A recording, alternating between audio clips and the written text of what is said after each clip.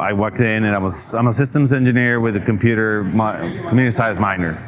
So I walk in and everybody's got their reports. They go out do a study by paper, and they're doing the traffic signal study by hand calculations, and then the timing is done by hand calculations.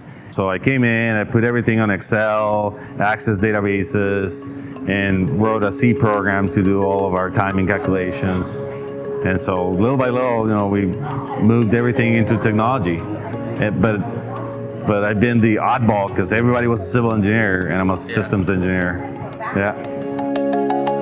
Today we welcome Francisco Leyva from Tucson to talk about his challenges and opportunities in dealing with traffic technology. Francisco, welcome to ITS. Hopefully you've had a good show here. So let's talk about it. Sure, I'm Francisco Leyva from the city of Tucson. I'm the Smart Mobility Manager. So I'm in charge of all the technology that goes into our traffic signals. And you have a bit of a unique career path, maybe not as conventional as other traffic engineers. Can you talk about that a little bit? Correct, yeah. I live in a world of civil engineers, in the world of traffic engineering, but I'm a systems engineer by training.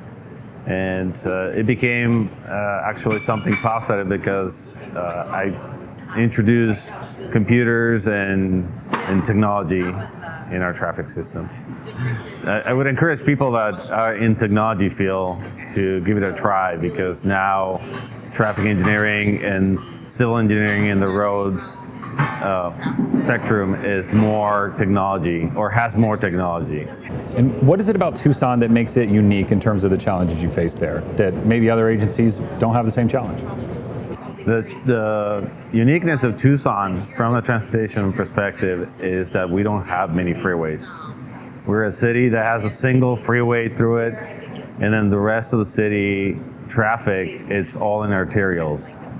So we don't have a way to move a lot of people freely from one side of the city to the other. They all have to go through our network of signals. So what we have decided to do is create corridors where we're going to optimize east-west and north-south and create pseudo freeways that are going to be a little bit more optimized for one direction of travel, but they still have to function as arterials to move people north, south, east, and west. So without highways, you've got a lot of pedestrians and bicycles, maybe challenges that are unique. Obviously, you don't have as many bicycles and pedestrians on highways. How do you manage all those different road users in the same area in terms of prioritization? What are your thoughts about that? I think right now our priority is safety. We've seen an increase in pedestrian, bicycle accidents, and we are trying to tackle that.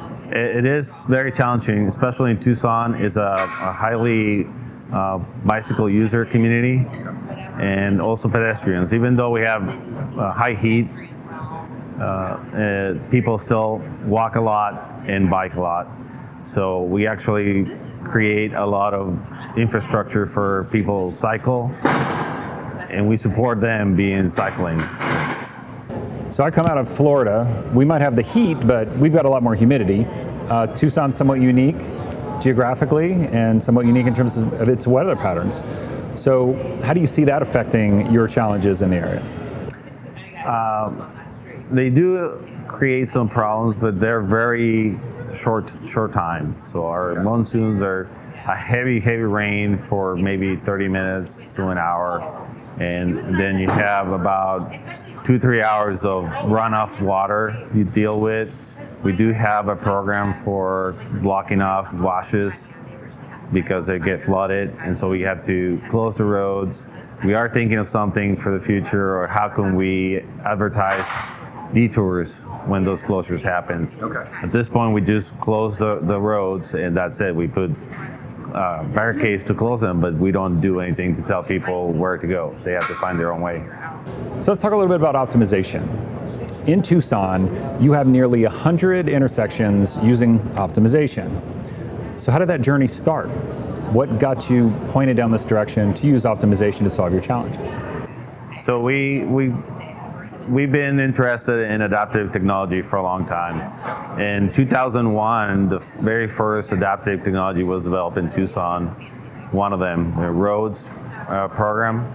So we've been trying to do it all the way back then, but just computing capacity was not there, so it wasn't successful. So, but it's always been, I've been there since that time, and I know about it. So when I saw that it was mature enough, we decided to give it a try, and we, sadly, but very grateful, we gave it the worst case scenario to try the technology on, and it was a complete success. So when we saw that we could optimize a road that was over capacity and completely full of delay, and it became a workable road, then that gave us the inspiration to do corridors in Tucson that we're trying to move people in our arterial system, and it's been very successful. We've seen increased capacity on the road. Increased capacity on the road without increasing delay in the road.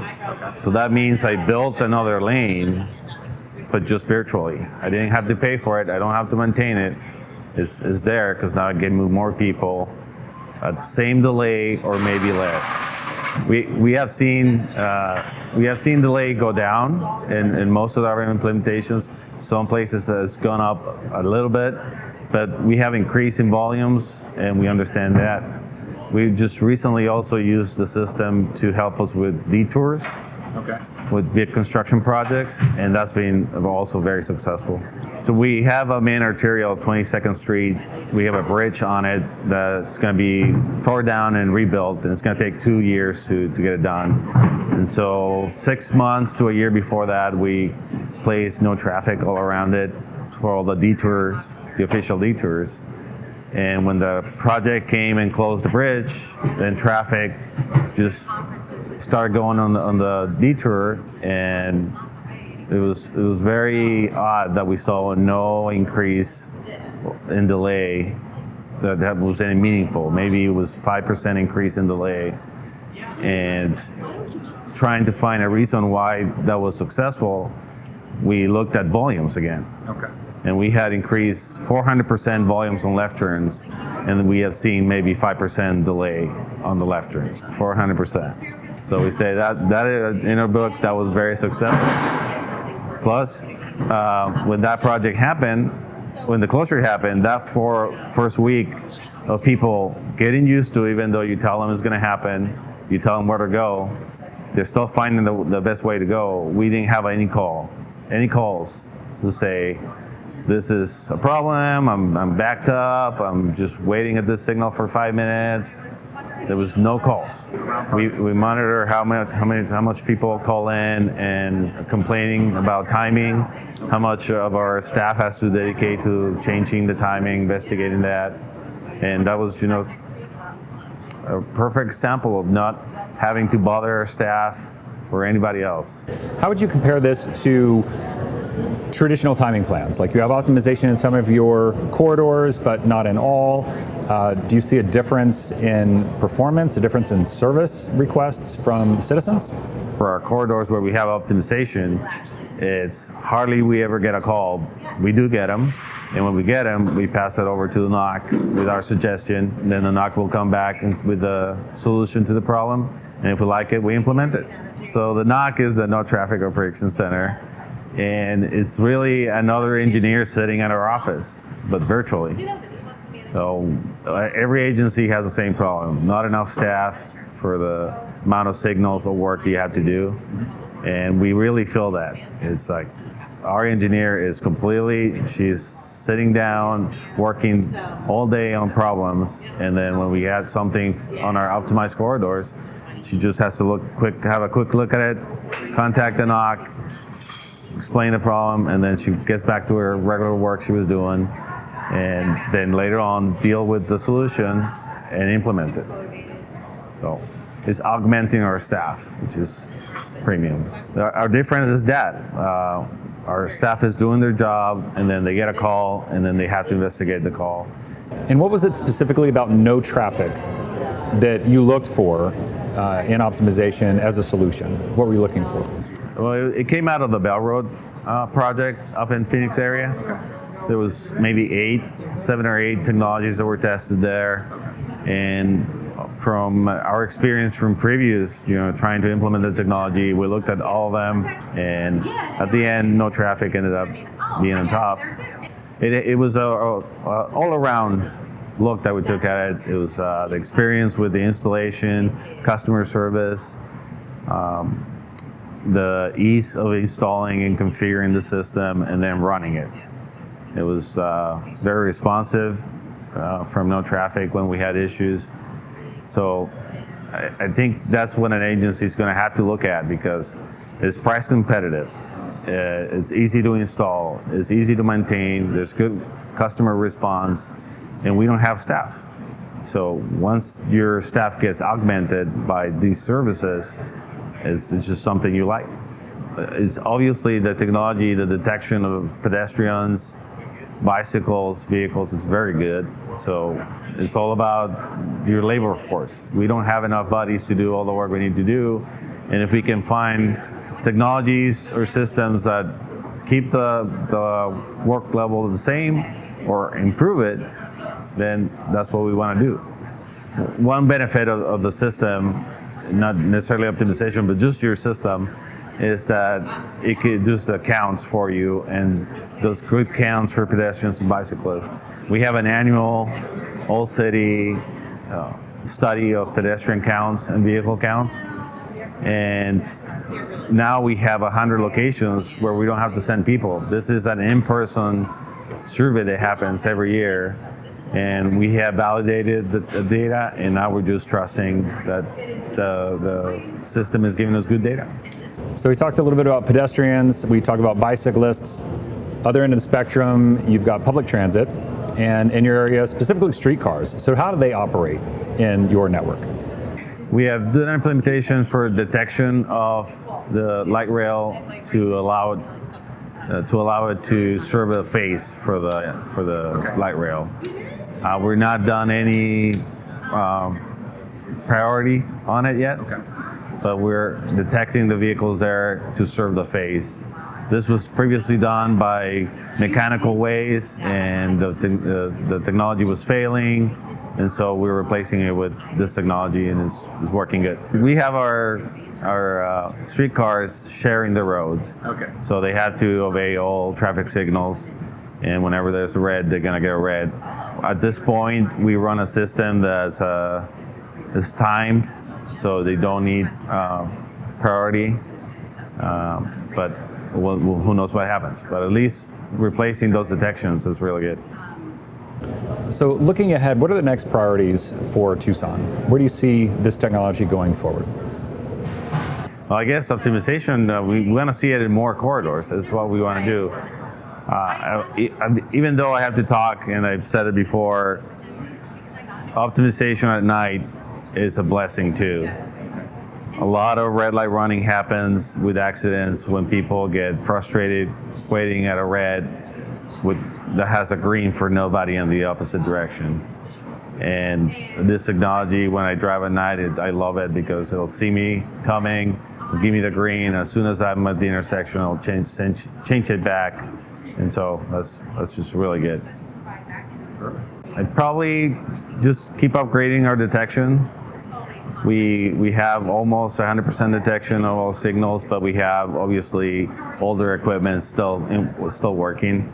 We're trying to modernize it all.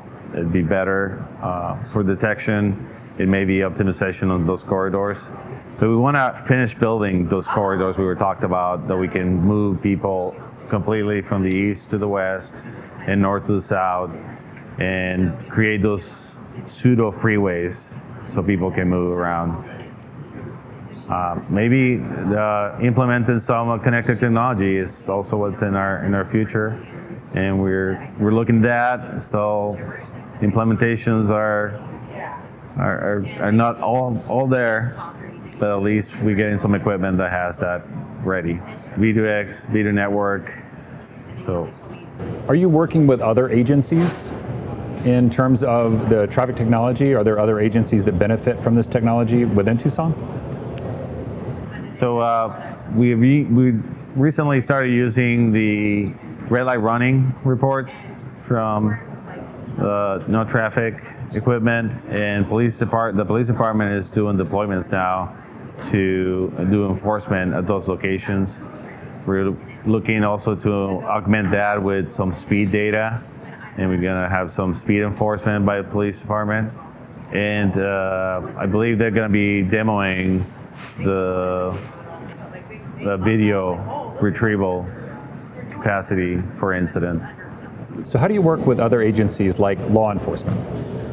We have given them access to the red light running, and we hopefully will give them access to the speed reports. It's faster for them to access directly, and they can, every morning they're going to be deploying people where they need to. And last question, what is your legacy in Tucson? What do people remember about your work here? Well, I don't look to be in the spotlight. I'm not sure that I'll be remembered much or anything, but I like to leave the city of Tucson in a better shape. You know, have a good transportation system, safe for every user. Yeah, that was my goal from day one, to bring technology to Tucson. Absolutely. Thank you. That was awesome. All right. Great job.